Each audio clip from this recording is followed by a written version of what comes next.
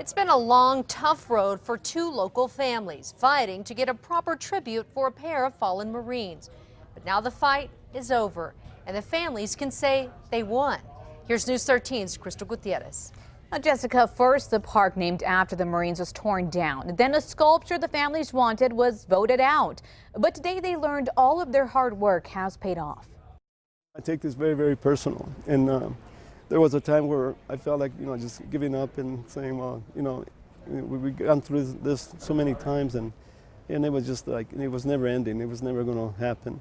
After more than a decade fight, two Albuquerque families found out today their Vietnam War heroes, Pete Padilla and Manuel Mora, will get the tribute they believe the veterans deserve, a sculpture depicting both fallen Marines in their combat uniforms. Finally, we came to a compromise. Their fight began after a park named in honor of Pete and Manuel was bulldozed to make room for the National Hispanic Cultural Center. Their families were promised a new park, but this is what they got, not much.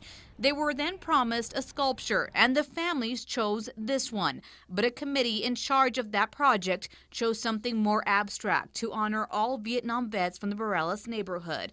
The battle continued until they decided to find enough money to build both, and they did. Getting to meet with them and tell them that we were going to have a park and that it was going to have both sculptures was really exciting. It's enough to build their sculpture and finally bring the heroes from the Bareilles community back home. Knowing that we never gave up, and he was a fighter, so we kind of followed in his footsteps. I had a promise to myself and to the family and to Bareilles that we were going to continue trying our best to honor him.